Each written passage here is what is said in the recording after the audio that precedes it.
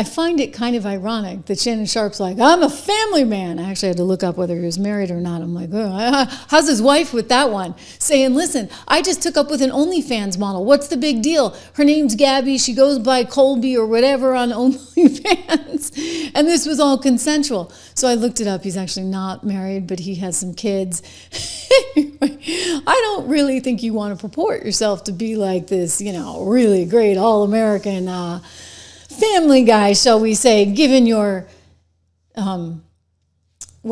tendency to clearly lead an alternative lifestyle. In other words, maybe Stephen Smith is right. Like the Disney thing was never, ever, ever going to work out for Shannon Sharpe, who's now, by the way, gone on leave. I'm sure Disney's like, phew, we don't need this headache, right? He's gone on leave, and we'll see what happens.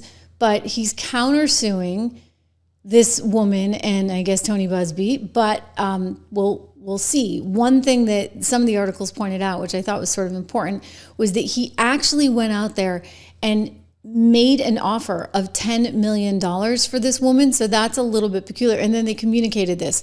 So here we've got it right here. His defense is even more curious. They write, as his lawyer admits, Sharpe offered at least $10 million to settle. Such an offer doesn't represent a go-away already nuisance solution or even a gold digger shakedown suit, as Sharpe maintains, but rather thick smoke caused by a genuine fire. In other words, $10 million is a whole lot of money. She's asking for 50, but he's offering 10. Why would he offer 10 unless maybe there was something there? So we shall see. But in other words, it's just another headache for ESPN, another headache for Disney. And this is a company that has got plenty of headaches already, right? ESPN is not the only disaster they have. I'm talking about ABC News. I'm talking about The View, Whoopi Goldberg, Joy Behar. I'm talking about George Stephanopoulos. I'm talking about the rest of the team over there at ABC World News Tonight. They have a problem with their wokeness. They are so biased in their agenda, and it's coming back to haunt them. You recall, of course, George Stephanopoulos went on set, interviewed Nancy Mace, kept using the word rape and calling Donald Trump a rapist. This is not actually true. The jury never convicted him of that, and yet despite knowing that, and by the way, a reporter should, right? But despite knowing that uncertainty and having his producers tell him that, George Stephanopoulos went through with it all anyway. Well, why would George do that? Why would he do that unless he was just trying to he wanted it cemented into the minds of the American people that this guy is something he's not. And so by saying it over and over again, perhaps he hoped that would be the public's takeaway. Instead, I don't think the public watches them anymore, frankly, because everybody's over here. This is part of Disney's problem too, because everybody's streaming and there's a different kind of consumption, if you would, of news content. So instead of everybody saying, oh yeah, Donald Trump is the worst thing, they kind of came away thinking ABC was the worst thing and that ABC had this bias. And now we know that ABC had to settle to the tune of $16 million. Georgie Poo is not very happy about it. He's actually threatening to leave. Well, buddy, if you're that worried, if you're that upset, maybe you should leave. I mean, at least the guy over at CBS, the producer, had the decency to step down when he didn't like how things were going. But no, George is making a lot of money, I guess, so he wants to stick with it as long as he can. But I'll tell you, it's really not a good look. It's just not a good look. And I think ABC News is increasingly now a problem. So they're dealing with these challenges, especially in light of the streaming business. Reminder to subscribe, share, like here on the show. And I'm looking at your comments live, and we'll get to some of them coming up. But remember, they need to reinvest or reinvent, invent broadcast television. They need to reinvest in themselves in terms of streaming, et cetera. But how do you do that? I mean, given that you're bringing in all this money, right? You get paid whatever, $1, $2. In the case of ESPN, it might actually be a whole lot more money. How do you get, when you're getting paid from the cable companies and you can't actually stream live, what do you do with that side of the business? And this is where they're really, really troubled. This is where The View is troubled. This is where ESPN is troubled. This is why I think they decided to move forward with this new program on the weekend over The View in case you just don't get enough during the week. And they decided they would be streaming without Whoopi. Actually, that was very interesting in the beginning. I think they worked out something in her contract renegotiation, and now she's agreeing to go on the Saturday show.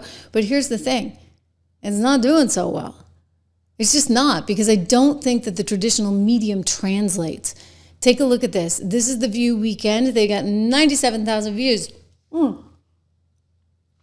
Guys, I think we had a show over the weekend that got 200 and some odd thousand views.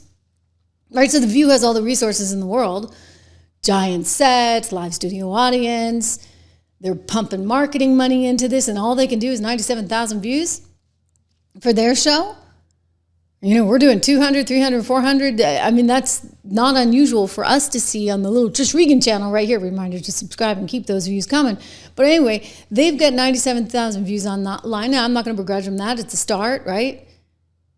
They're trying because they've got to do something. They're restructuring now at ABC News. They had a bunch of layoffs. In fact, they laid off all of Whoopi's team. They're writing, this is the guy who's actually the head of ABC News right now, the chief there, Alman Karmadonovich. You know, I'm not even going to try and say his name because I'm surely going to make it something it's not. Anyway, quote, "This is not easy. The entire industry has been challenged, and restructuring the way we operate has unfortunately had an impact on some of our colleagues." Yeah, that would be the hundreds of layoffs. "We thank them again for their professionalism, dedication, and meaningful contributions." Okay, I'll mean meaningful contributions. Well, they're out now, and you're trying to figure out what the heck you would do. Well, I'll tell you what the answer is. You got to sell. Okay, you got to sell that company. Bob Iger, you know this. You know this. You said it yourself. Go back 2 years ago, Sun Valley, speaking with my former colleague at CNBC, David Faber, and you admitted it. Like, these legacy businesses, these are not working for you. And they weren't working then, they're not working now, so good luck on this. I know you need to sell. You know you need to sell. Apparently you can't sell. We'll get into that. Transformative work is dealing with businesses that are no-growth businesses and what to do about them, and particularly the linear business, which we are expansive in our thinking about, and we're going to look expansively about opportunities there because clearly it's a business that is going to continue to struggle. Well, let's stop there for a second then and let me ask you about it. We're talking, I guess, ABC, the network, the stations, but then the cable networks as well. Yes, correct. FX, Nat Geo. Is it possible you would look to sell them? We're going to be expansive. I think if you can interpret what that word means. You know. We're going to be expansive. You can interpret what that word means. It means you're going to sell. Okay, so he wanted to sell them because that's really the only way he can move forward. And so he tried to recover some value out of them. But guess what? They can't do it. They can't do it. So as a result of this, he had to come out and say, you know what? I'm rethinking it. Let me see if I can find you the article. He started saying, no, they're not a burden. They're actually not a burden. This is in the Hollywood Reporter a month or two ago. Bob Iger says Disney's linear TV assets are not a burden. Well, you see, he has to say that because he couldn't sell them because the offer price was $10 billion from Nexstar Communications, okay? Nexstar was like, we'll take it off your hands. It's a dying industry. But guess what? It still prints money. I mean, it's not growing, but, you can still squeeze a little bit out. If you get rid of Georgie Poo, if you get rid of Whoopi Poo, if you get rid of Joy Behar, oh my gosh, you might actually have a business. So they just have to pare things down a little bit. Well, Bob Iger's like, oh dear, because, we thought we could get a little bit more money for this thing. It turns out it's only worth $10 billion. What are we going to do? We spent 19 on it. Okay, so you'd be cutting it in half. This is him telling the Hollywood Reporter, we are actually at a point where the linear networks in our company are not a burden at all. They've actually become an asset, he writes. And, we feel good about things.